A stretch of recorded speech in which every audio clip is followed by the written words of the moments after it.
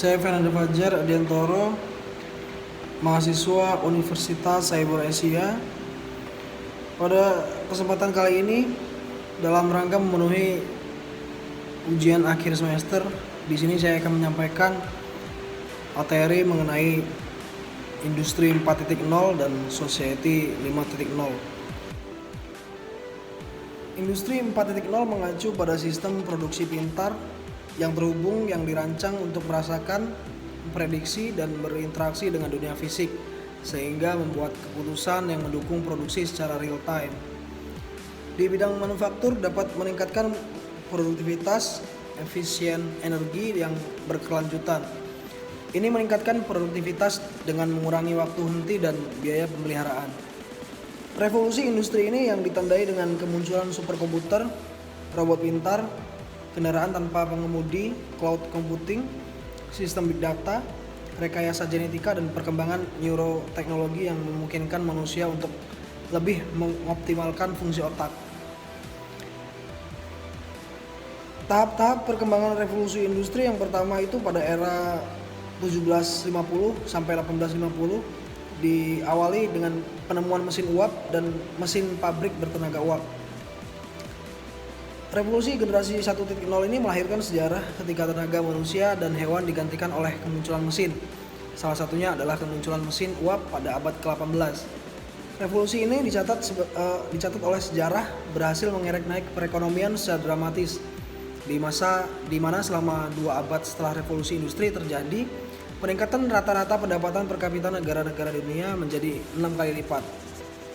Lalu era yang kedua, pada era tahun 1870 sampai 1914 itu ditemukannya listrik dan assembly line yang meningkatkan produksi barang. Pada revolusi industri 2.0 ini juga dikenal dengan revolusi teknologi, sebuah fase pesat industrialisasi di akhir abad ke-19 dan abad ke-20. Revolusi industri 1.0 yang berakhir pertengahan tahun 1800-an diselingi oleh perlambatan dalam penemuan makro sebelum revolusi industri 2.0 muncul pada tahun 1870. Revolusi industri generasi 2.0 ini ditandai dengan kemunculan pembangkit tenaga listrik dan motor pembakaran dalam. Penemuan ini memicu kemunculan pesawat telepon, mobil, pesawat terbang, dan lain-lain yang mengubah wajah dunia secara signifikan. Revolusi industri 2.0 ini dimulai pada awal Perang Dunia Pertama.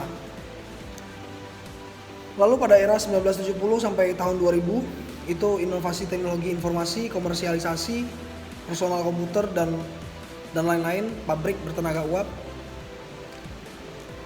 Itu diawali dengan kemunculan teknologi digital dan internet yang menandai dimulainya revolusi industri 3.0 ini. Proses revolusi industri ini kalau dikaji dari cara pandang sosiolog Inggris David Harvey sebagai proses pemampatan ruang dan waktu.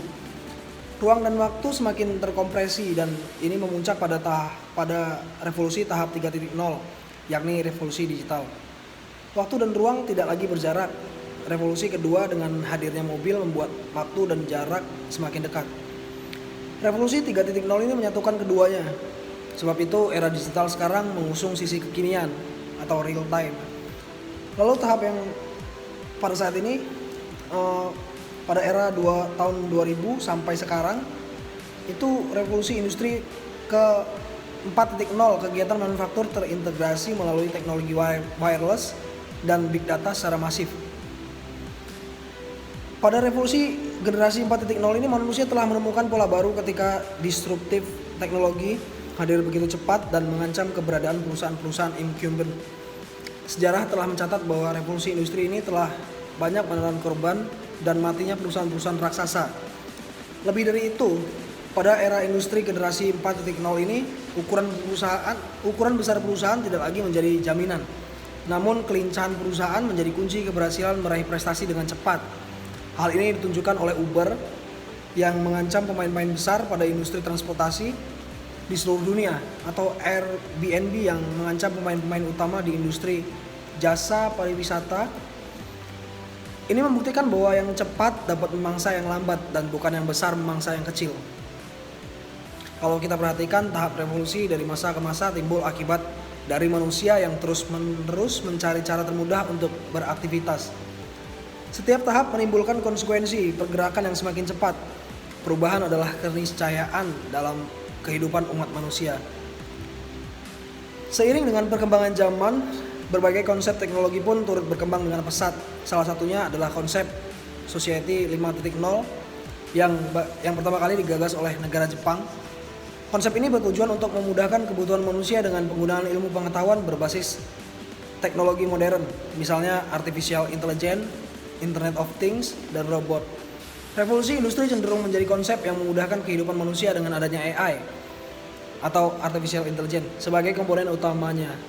Sementara Society 5.0 ini adalah pemanfaatan teknologi modern namun masih mengandalkan manusia sebagai komponen utamanya.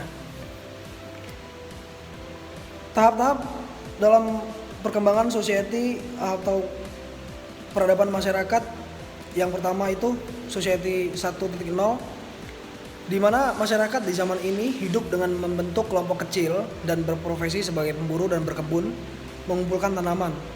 Budaya ini bergantung pada komunikasi yang menyalurkan berbagai ide di antara mereka sendiri dan generasi ke generasi. Mereka juga hidup secara tidak menetap atau nomaden. Lalu ada Society 2.0.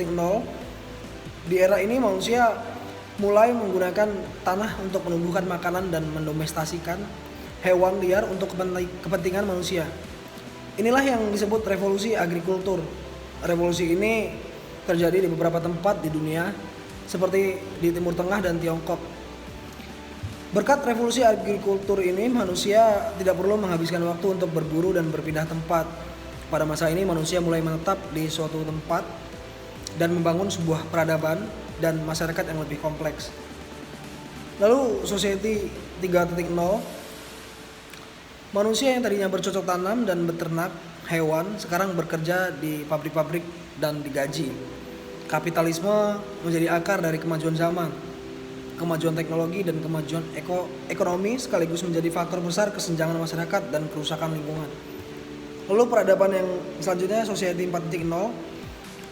Ini dengan ilmu pengetahuan dan teknologi yang semakin berkembang, manusia masuk era di mana aliran informasi dan data begitu cepat. Jarak ruang dan waktu semakin hilang. Komunikasi dan koneksi antar manusia menjadi semakin mudah dan intens. Semua data yang dulunya berbasis fisik sekarang berbasis digital dan dapat diakses oleh siapa saja dan kapan saja. Kemudahan mengakses data dan informasi ini menjadikan segala sesuatu tidak memiliki batasan dalam berbagai bidang.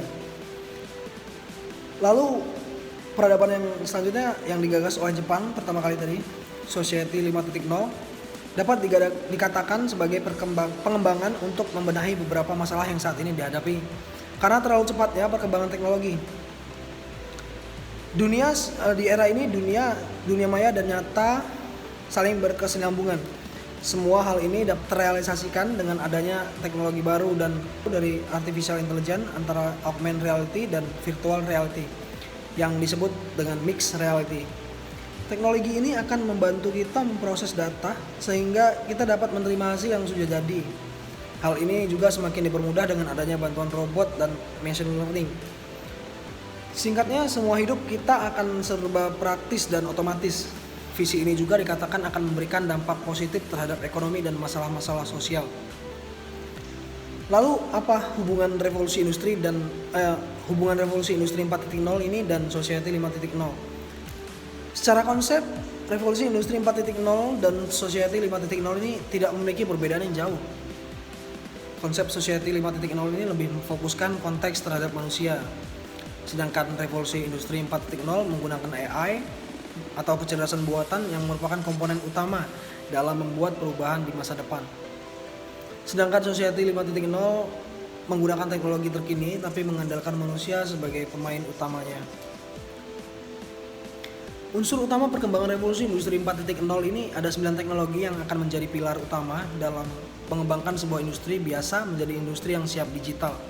Di antaranya ada Internet of Things, Cyber Security, Big Data, Artificial Intelligence, Additive Manufacturing, Simulation, Augmented Reality, System Integration, dan Cloud Computing. Lalu dampak revolusi industri 4.0 ini tentu ada dampak positif dan negatif. Dampak positif dari revolusi 4.0 ini adalah peningkatan fleksibilitas, efisiensi, dan minimasi biaya proses. Sedangkan dampak negatifnya itu berupa hilangnya berbagai profesi yang biasa ditemui saat ini, serta polarisasi kelompok sosial dalam masyarakat. Lalu ada dampak juga di bidang sosial dan ketenagakerjaan. Itu yang pertama ada substitusi tenaga manusia oleh robot. Ini potensi hilangnya kepercayaan antara manusia pekerja dan manajemen karena kemungkinan tingkat kepercayaan manajemen lebih tinggi kepada robot dibandingkan kepada manusia pekerja. Lalu hilangnya berbagai jenis pekerjaan. Fenomena hilangnya berbagai jenis pekerjaan terjadi saat manusia pekerja mengalami hilangnya pekerjaan secara masif akibat otomasi dan penggunaan kecerdasan buatan dalam ranah pekerjaan administratif. Lalu ada relokasi pekerjaan. Digitalisasi industri sebagai manifestasi revolusi industri 4.0 memiliki dampak diantaranya adalah model proses produksi baru yang melibatkan banyak pihak yang sering disebut dengan crowd worker, yang merupakan kegiatan multifungsi dan multilokasi. Crowd worker tersebut juga biasanya dibayar sangat murah. Lalu polarisasi kelompok masyarakat sosial. Polarisasi sosial merupakan dampak negatif dari revolusi 4.0 akibat pergeseran peran kelompok manusia tertentu yang terpisah akibat penggantian tenaga kerja yang tergantikan oleh mesin.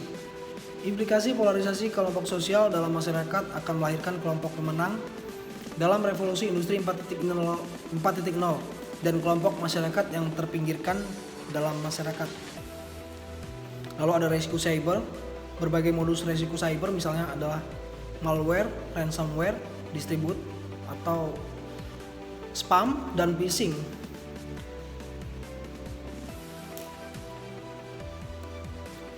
Lalu bagaimana masyarakat mengambil peran di era Society 5.0 ini?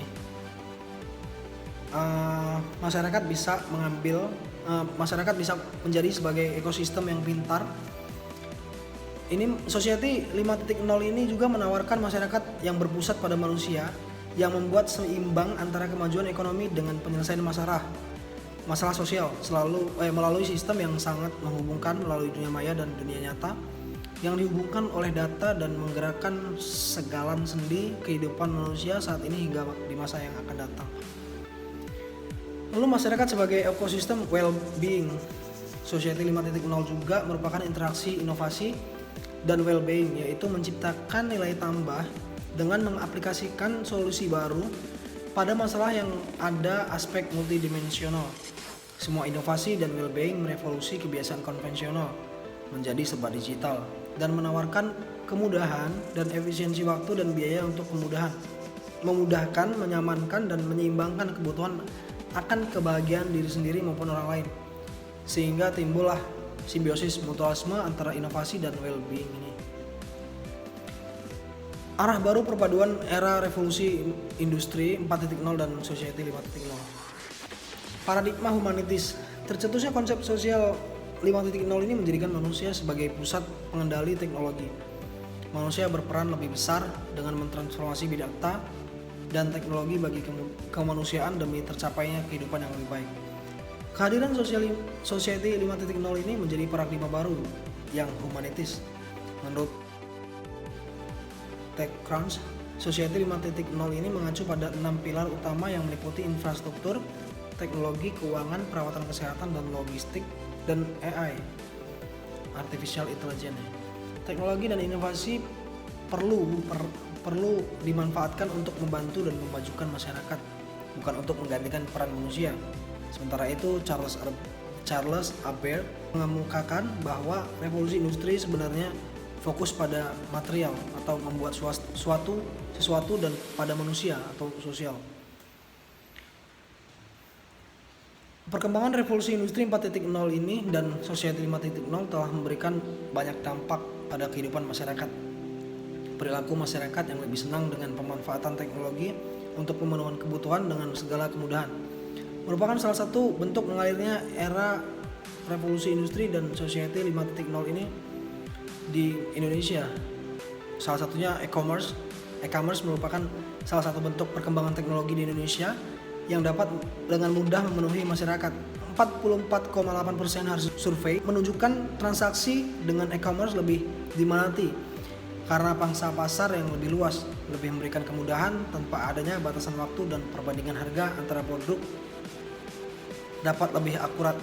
Namun dengan perkembangan yang ada merupakan satu pekerjaan penting pemerintah, masyarakat dan dunia pendidikan agar tidak larut dengan perkembangan yang ada, sehingga dampak sosial yang akan timbul tidak menjadi polemik yang negatif di kalangan masyarakat. Berikut yang bisa saya sampaikan mengenai materi industri 4.0 dan society 5.0. Semoga mudah dipahami. Sekian dan terima kasih.